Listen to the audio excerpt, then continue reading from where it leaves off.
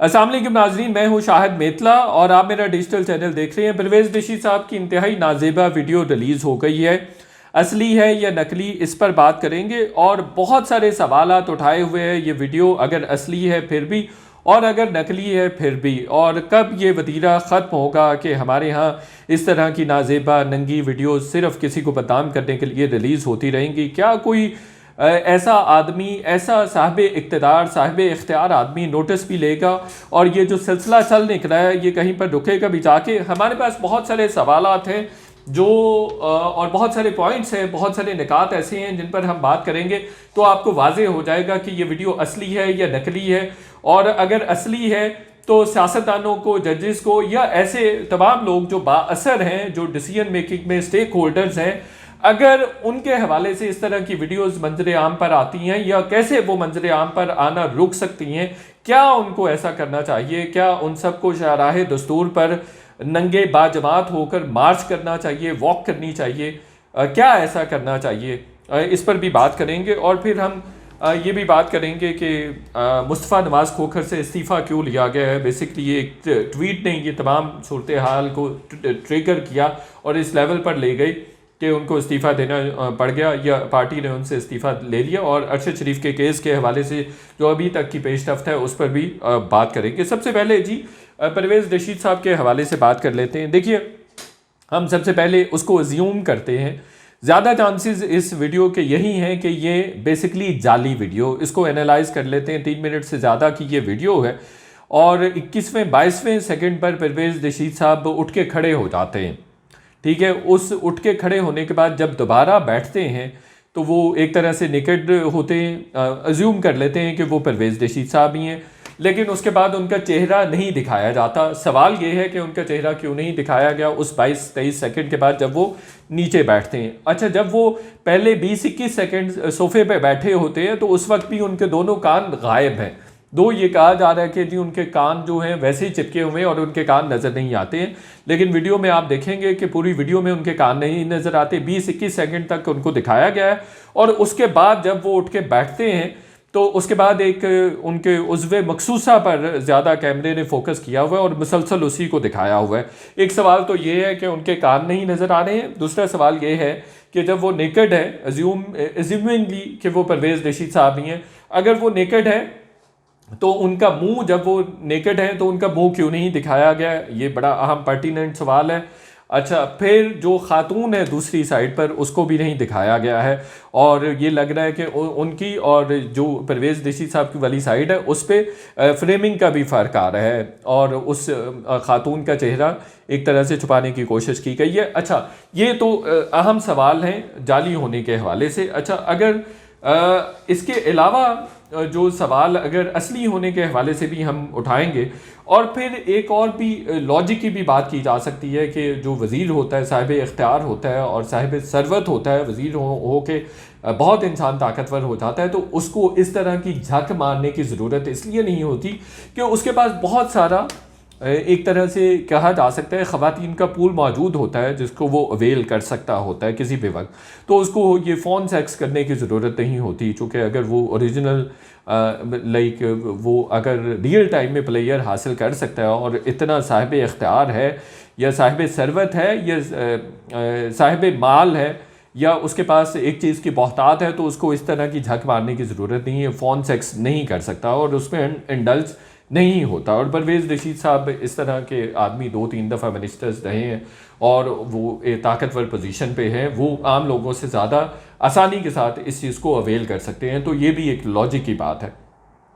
दूसरा ये है कि जी सबसे अहम बात ये भी है कि इस वीडियो को किसने रिलीज़ किया है और क्यों रिलीज़ किया है। एस्टैब्लिशमेंट के वो मुखालिफ समझे जाते हैं तो इसलिए भी उनको बदनाम करने के लिए ये वीडियो रिलीज़ हो सकती है।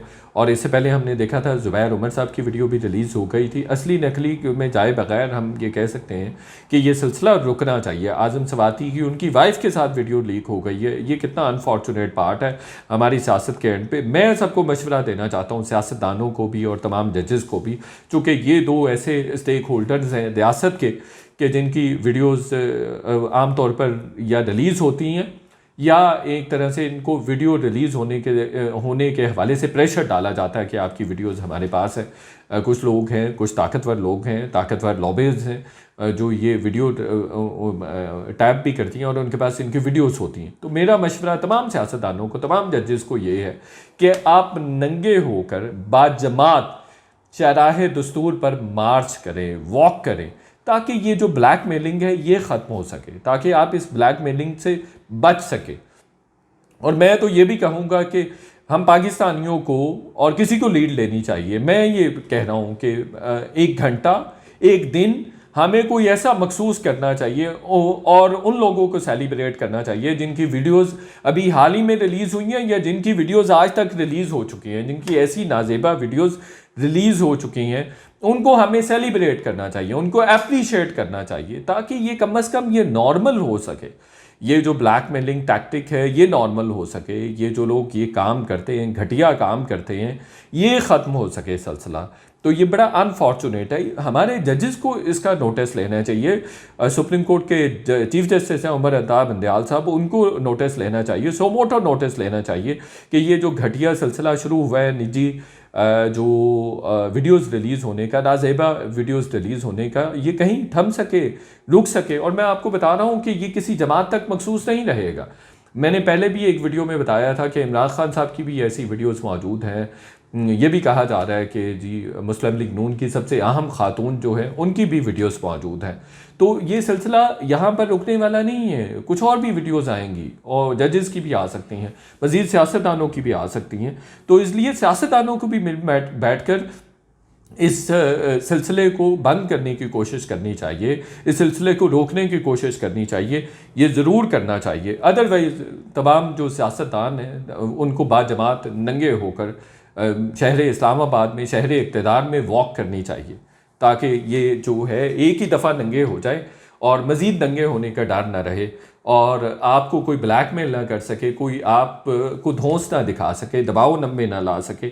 खुदारा ये कीजिए अगर आप इस ब्लैकमेलिंग से बचना चाहते हैं। मैं तो सहाफ़ियों को भी कहूँगा कि सहाफ़ियों को भी इस तरह की कोई नंगी वॉक का एहतमाम करना चाहिए अगर वो भी बचना चाहते हैं इस तरह की ब्लैकमेलिंग से।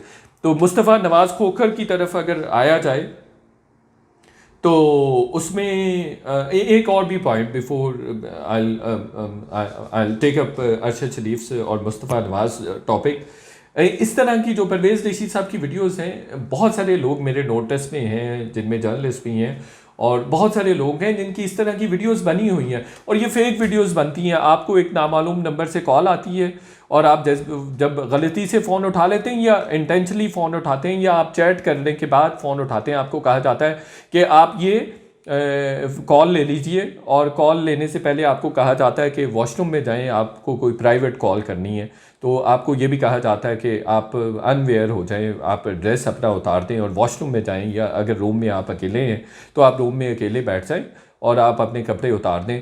तो वो लड़की आपके साथ चैट कर रही होती है, तो जैसे ही लड़की आप वो कपड़े उतारते हैं या वॉशरूम वगैरह में जाते हैं तो आप ना भी कपड़े उतारें या वॉशरूम वगैरह में जैसे ही जाते हैं, आपने कुछ नहीं किया हो, तो 2 या 3 सेकंड में सामने वाली जो लड़की होती है वो वीडियो कॉल करती है और 2-3 सेकंड में जैसे ही चेहरा उनके पास जाता है, चेहरे की वीडियो उनके पास जाती है, तो वो बाकी का धड़ किसी और का लगा के फेक वीडियो बना के आपको भेज देते हैं और फिर आपको ब्लैकमेल करते हैं पैसों के लिए। ये बहुत सारे जर्नलिस्ट के साथ भी हो चुका है। तो ये इस तरह की फ़ेक वीडियोज़ भी बनती हैं।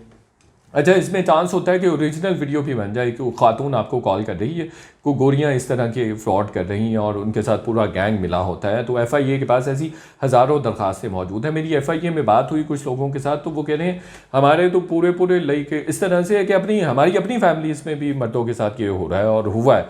कुछ केसेस में ये भी होता है कि ओरिजिनल एक कॉल आ गई है तो आप गलती कर बैठते हैं, तो वो 10 सेकंड्स की, 20 सेकंड्स की या आप 5 मिनट की वो वीडियो कॉल कर लेते हैं और वैसे ही नेकेड होके कर लेते हैं, तो फिर आपको ब्लैकमेल किया जाता है और फिर आप पैसे देते रहते हैं। तो ये एक तरह से इंतबाह भी है। तो दोनों तरह से असली वीडियो भी बन जाती है और आपने गलती से भी उठा ली या ऐसे चस्का लेने के लिए फॉर फन या फॉर सेक ऑफ नॉलेज भी समटाइम्स होता है कि फॉर सेक ऑफ नॉलेज आप किसी चीज़ को क्यूरोसिटी के साथ एक्सप्लोर करना चाह रहे होते हैं, तो उस सिलसिले में भी आपके साथ इस तरह का मामला हो जाता है। तो आपको एहतियात करनी चाहिए। तो दोनों केसेस में इस तरह से होता है। मुस्तफ़ा नवाज़ खोखर साहब से क्यों इस्तीफ़ा लिया गया है जी? उन्होंने भी इस तरह के इक़दामात की मजम्मत की थी। उन्होंने कहा था कि आज़म सवाती की जिन इंटेलिजेंस अफसरों ने ये वीडियो रिलीज़ की है और बनाई है, तो उनकी उन्होंने मजम्मत की थी। उन्होंने कहा था वो बड़े ही बेगैरत हैं। तो इस पे एक ब्रिगेडियर साहब की उनको वजाहत भी आई थी। वो कह रहे थे कि इंटेलिजेंस एजेंसी ने उनको वजाहत भी दी है कि ये वीडियो फ़ेक है और ये वीडियो असली नहीं है। तो फिर उन्होंने कहा था कि इसकी वजाहत आप आज़म सवाती को दीजिए, मुझे ना दीजिए। फिर आज उन्होंने एक अहम ट्वीट भी किया है, और अहम ट्वीट उन्होंने किया है कि जी हम कोई इंडियन पार्लियामेंट के मेंबर तो नहीं है कि जो हमारी इंटेलिजेंस एजेंसीज हमारी रैकी कर रही हैं, हमारी मूवमेंट को मॉनिटर कर रही हैं, हमारे फ़ोन को टैप किया जा रहा है। और उन्होंने कहा पॉलिटिशियन, जजेस और जर्नलिस्ट जो हैं वो इस तरह की टैपिंग के, इस तरह की मॉनिटरिंग के विक्टिम्स बन रहे हैं। We are as much part of the state as citizens as anyone else, not traitor. हम गद्दार नहीं हैं, हम उतने ही शहरी हैं इस मुल्क के और उतने ही मुहब्बे वतन शहरी हैं जितना कोई दूसरा हो सकता है। तो फिर आज जब उन्होंने ये ट्वीट किया था, सुबह मॉर्निंग में उन्होंने ये ट्वीट किया था, कोई 3 बजे के करीब ट्वीट किया था। उसके बाद पार्टी के किसी मेंबर ने, किसी सीनियर मेंबर ने उनको बुलाया जो कि पार्टी की सेंट्रल एग्जीक्यूटिव कमेटी में मौजूद है।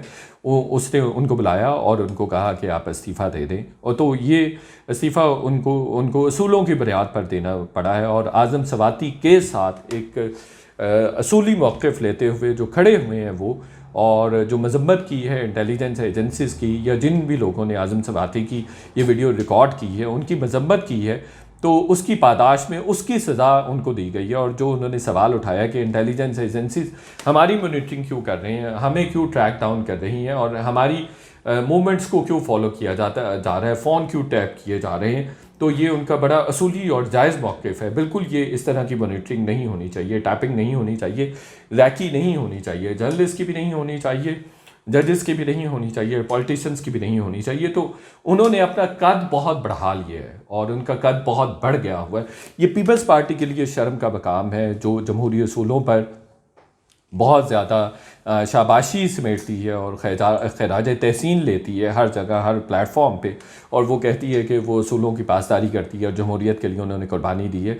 तो मुस्तफ़ा नवाज़ खोखर साहब ने तो कोई गलत काम नहीं किया। उन्होंने तो वही बात की है जो हमारा आइन कह रहा है, हमारा कॉन्स्टिट्यूशन कह रहा है, हमारा लॉ कह रहा है, और जो फ्रीडम ऑफ मूवमेंट कह रही है, जो हमारे पास जो राइट्स हैं जो हमारे आइन ने दिए, अदरवाइज़ जो यूएन का चार्टर है जो ह्यूमन राइट्स का जो वो कहता है, तो उन्होंने तो वही बात की है। लेकिन पीपल्स पार्टी ने इंतहाई शर्मनाक हरकत की है, शर्मनाक इक़दाम किया है, जो मुस्तफ़ा नवाज़ खोखर जैसे अपराइट और बड़ी शख्सियत के मालिक बाअसूल आदमी से इस्तीफ़ा दिया। मुस्तफ़ा नवाज़ खोखर साहब के मौक़िफ़ को सारा पाकिस्तान जहाँ अप्रीशिएट कर रहा है, वहाँ पीटीआई के लोग भी अप्रीशिएट कर रहे हैं। शहबाज गिल साहब ने कहा कि शेर का बच्चा है, आपकी माँ को सलाम है जिसने आप जैसा शेर पैदा किया है। इसी तरह से फवाद चौधरी साहब भी उनको अप्रीशिएट कर रहे हैं, शेरी मज़ारी भी उनको अप्रीशिएट कर रही हैं। तो ऐसा पीटीआई में बाअसूल आदमी तो कोई नहीं नज़र आता है जो पीएमएलएन के साथ खड़ा हो। माजी में इन्होंने बहुत ज़्यादा लताड़ा है, बहुत ज़्यादा जुल्मों बर्बरियत का निशाना बनाया तमाम की तमाम अपोजिशन को, नाजायज़ जेलों में, झूठे मुकदमात में जेलों में नैब के हत्थे चढ़ाया, जेलों में डाला। ऐसा कोई अदरवाइज़ नहीं नज़र आता पीटीआई में। तो मैंने भी बल्कि शहबाज गिल साहब से ट्विटर पे सवाल भी पूछा कि ऐसा शेर आपकी पार्टी में क्यों नहीं है, आपके यहाँ तो सारे डब खड़ब्बे ही इकट्ठे हुए हैं पूरी पार्टी में। फवाद चौधरी साहब को भी मैंने रिप्लाई दिया कि ये तो एक बड़ी अच्छी रेसिपी है to live on, to live in the memories of people. तो लेकिन ऐसा हमें पीटीआई में बाअसूल आदमी कोई नहीं नज़र आता है। दूसरा, अरशद शरीफ साहब के हवाले से राना सनाउल्लाह ने कहा है कि जी तहकीकाती टीम वापस आ गई है। उन्होंने भी एक बात विंडिकेट कर दी है कि अरशद शरीफ साहब का कत्ल हादसा नहीं था बल्कि एक टारगेट किलिंग थी। फिर उन्होंने ये भी कहा है कि कुछ डाटा हमने केनियन अथॉरिटीज़ से मांगा था, उन्होंने हमारे साथ शेयर नहीं किया।